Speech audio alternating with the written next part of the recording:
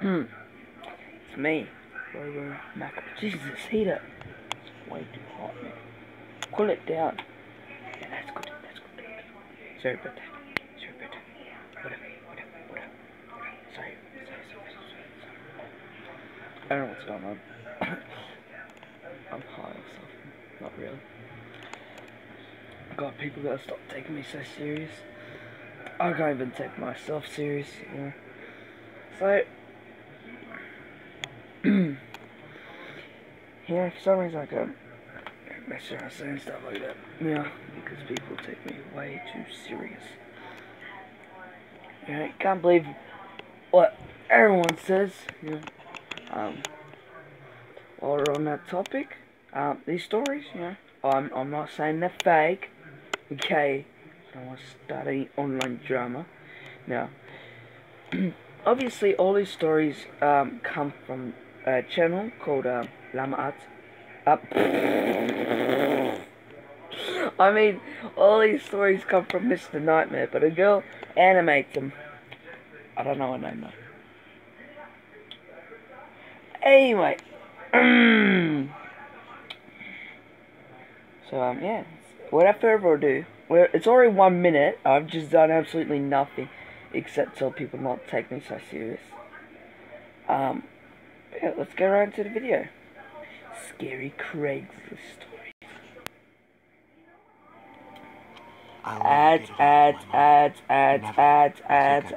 Oh, good. No copyright, I think. I just want to be safe.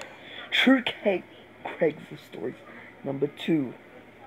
I'll be This releasing story a few more took place videos. a long time ago, back in 2002, when Craigslist was in its early years. Many wouldn't know, but back in those days, Craigslist was a lot different. It was a lot more so an online garage sale, or just a place where people would list old things that still had some value. I use Wish. I know it's just random. It's different, you know. We got eBay and Wish in Australia. I don't know. Do they use Craigslist? It's not used as much now. But Craigslist was basically, you bought this thing. You'd either meet the person and buy it off them, or they'd like bring it to your place. But with like Wish and eBay, you just order it, comes online. But you can't get like cars and stuff, like big things, like huge things like cars and everything. But you can on Craigslist.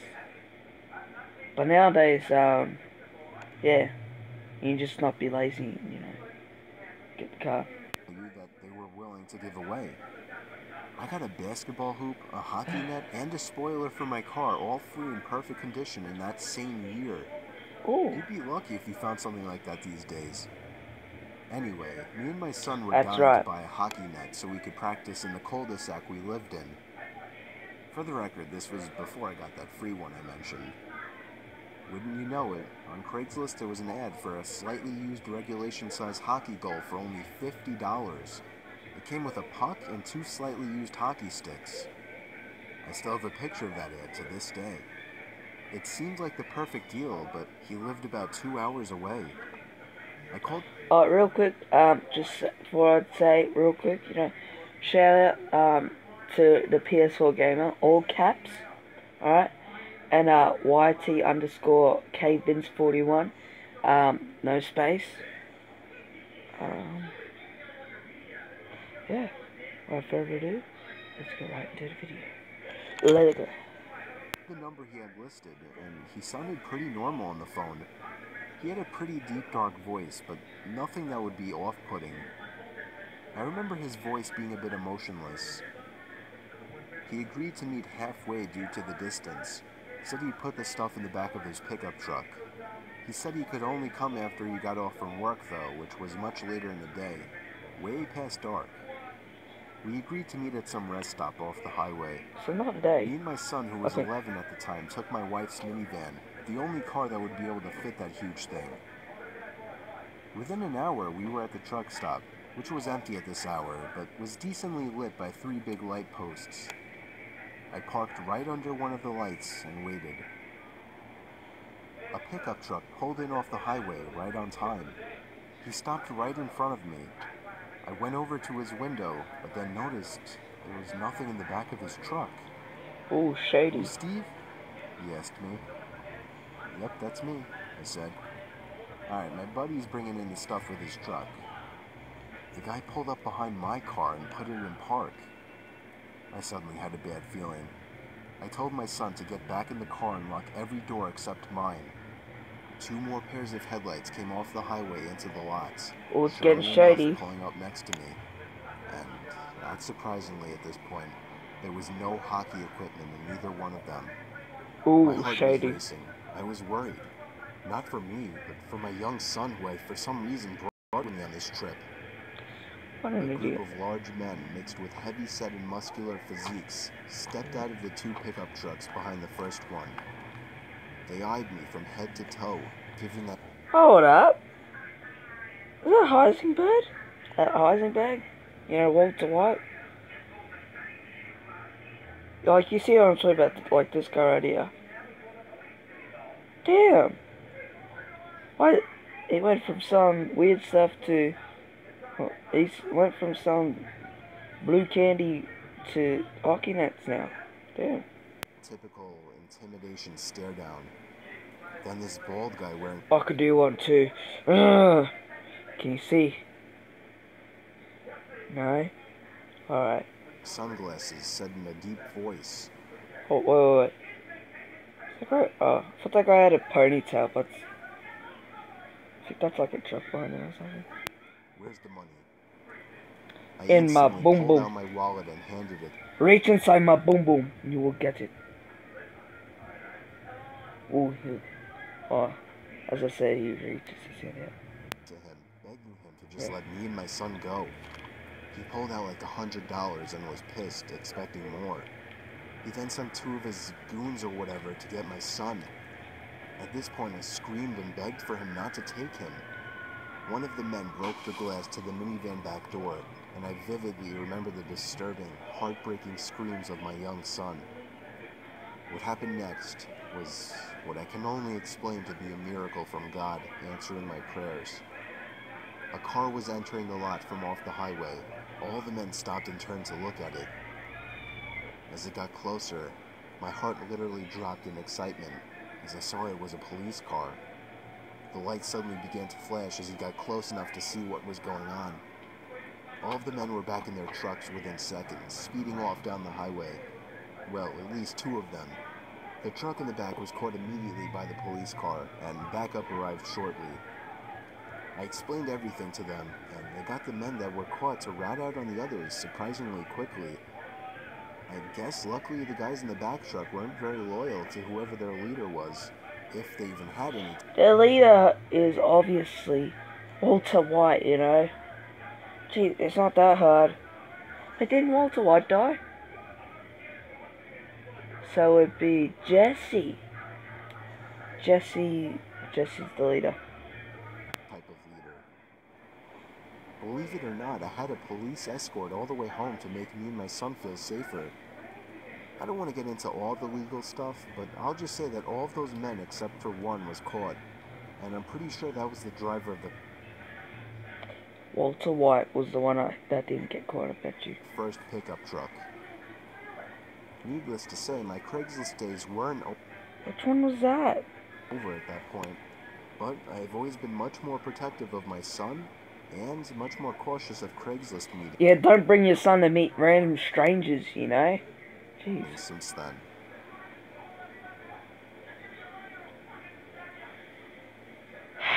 Okay, let's get going.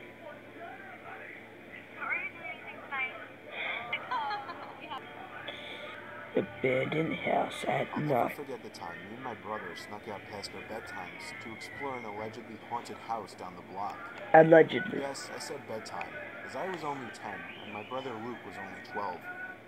When our parents said goodnight to us, I went to Luke's room and we took a couple hand-powered flashlights with us and hopped outside through the window.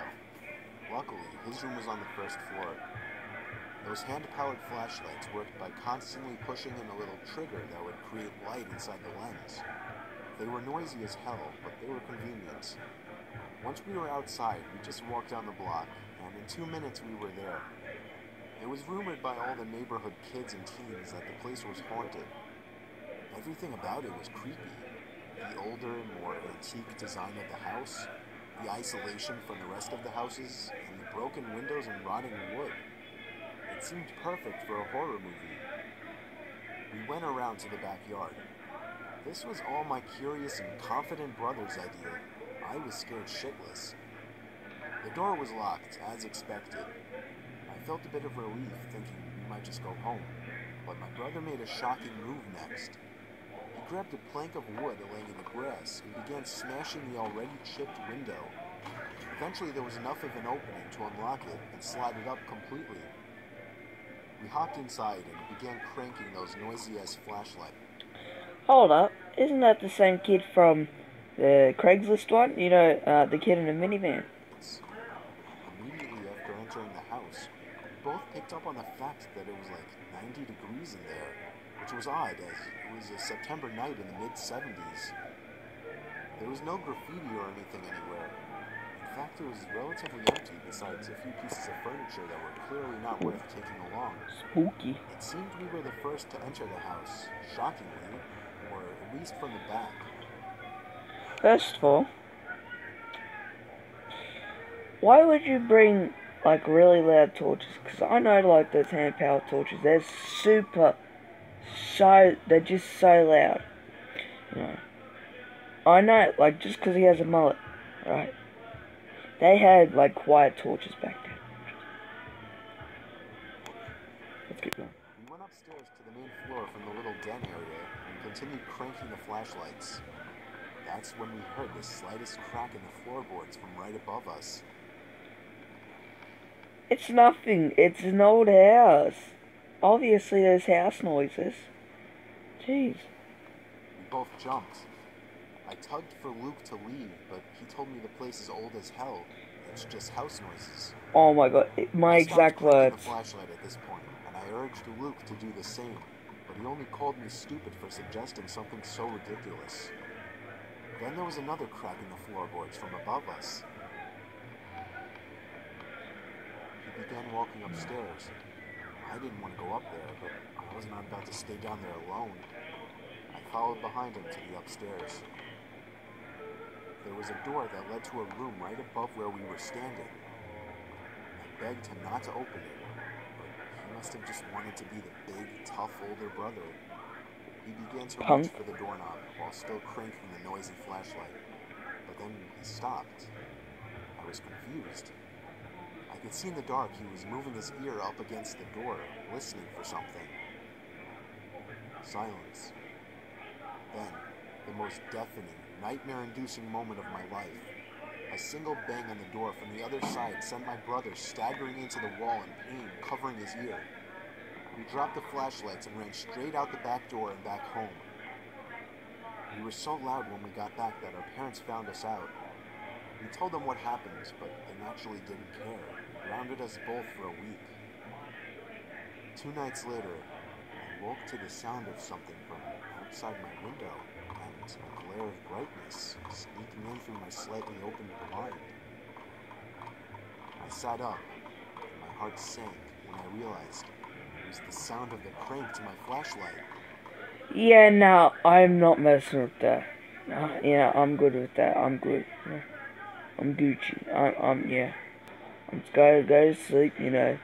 Might even just quickly, you know, put up a poster, you know, yeah, just saying, not having it, I'm just gonna go to sleep, just ignore, you know, I'm just gonna ignore you, subscribe to Robo Macca. So, yeah. I stood up and looked out the window, and that's when it stopped. There was nothing but complete blackness out there after that.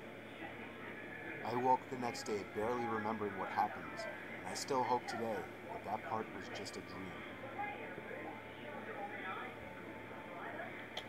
Okay, one last story. Jeez, this video is long. I don't even know how that happened. Amazon's premiere, digital comics.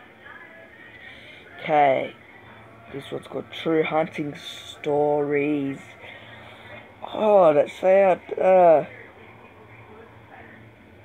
I was doing some night hog hunting in the woods near my backyard.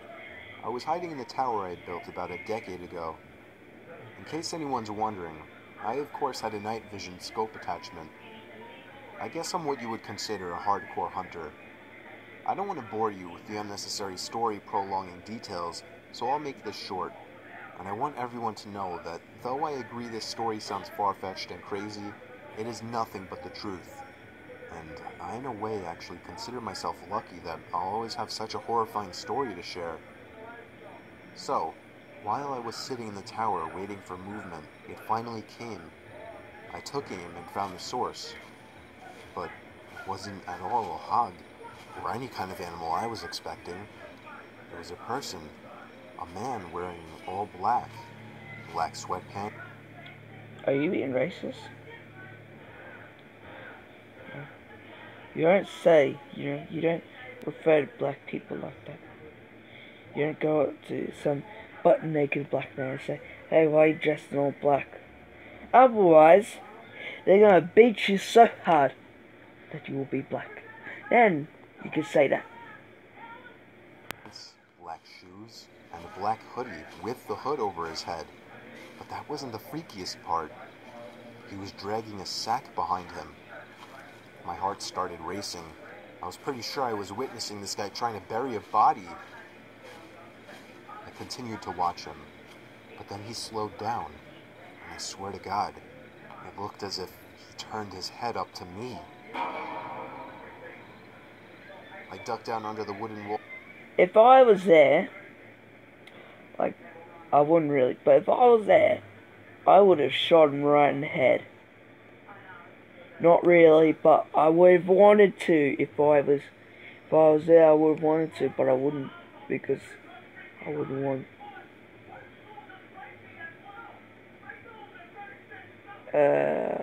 Walls of the tower shaking in my boots. Yes, I had a gun. I was about to make a joke about him saying shaking in my boots, and he's I thought he was gonna say yes, I was wearing boots, but instead he says yes, I have a gun. What is that? Oh, okay, never mind, don't have people. Just the idea of using it against a person is horrifying. I wouldn't be afraid. You know, you just seen me play GTA, you just seen me play Fortnite. Unfortunately, you have seen me play Fortnite. I lay low, praying to God that he hadn't seen me. It wouldn't make sense if he could, though. It's practically pitch black out here. Or at least, that was my logic. Seconds felt like an eternity as I waited for the footsteps in the leaves. He has goggles on. To move elsewhere, but I didn't hear any footsteps. All I heard was the sound of a foot hitting one of the wooden planks on the ladder of the tower. I felt the entire tower vibrate and shake as there were 2 more steps moving up the ladder. At this point, I was asking myself deep down, am I going to be able to shoot someone?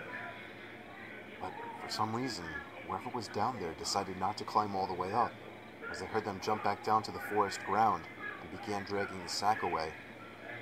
I think I stayed frozen like a statue for at least 10 minutes before even peeking over the ledge again. The coast seemed clear. I had to get home and warn the police immediately. I hopped over the ledge and descended down the ladder. I turned on my pocket flashlight, which in hindsight was a stupid move considering the situation, and ran back in the direction of my house. I was only able to run for about 10 seconds. Oh, nah. That music, man. Or so, when I heard the rapid, manic footsteps crunching the leaves from behind me. I took a look over my shoulder, and there he was, inches away from my face. I spun around and shot him in the shoulder. He stopped and screamed in agony, and I took that moment to finish my dash to my house. Again, in hindsight, I should have held him hostage somehow, but that doesn't even matter now. I called the police, who showed up within 15 minutes with a whole search squad, and I led them all into the woods to the exact location where I shot him. There was a faint yet noticeable blood trail spilled onto the leaves which led past the body bag, which the cops seized, and eventually right to the maniac, who was hiding under a log next to a tree. He was arrested and tried for the murder of Jin-Quen Sakanaki, a Japanese corner store owner. I don't know the full story behind it, but I do know I won't forget this one for the rest of my life, and I'll also be telling it for the rest of my life. Well, that'll be it for the video. I hope you enjoyed it. I shall see you in the next video, which will be in a couple of minutes. Bye-bye. Mother love me long time, long time. Sucky, sucky, fucky, fucky, one ton, Hong Kong, Hong Kong. One ton, Hong Kong, one ton. One time, one time, one ton. Love me long time, feed of my long slong. Go back to Hong Kong, send you back to Hong Kong. Terra, one ton, love me. Mother love me long time, long time. Sucky, sucky, fucky, fucky, one ton, Hong Kong, Hong Kong. One ton, Hong Kong, one ton. One time, one time, one time. Love me long time, feed of my long slong. Go back to Hong Kong, send you back to Hong Kong. Terra, one ton, love me. Mother love me long time, long time. Sucky, sucky, fucky, fucky, one ton, Hong Kong, Hong Kong. One ton, Hong Kong, one ton.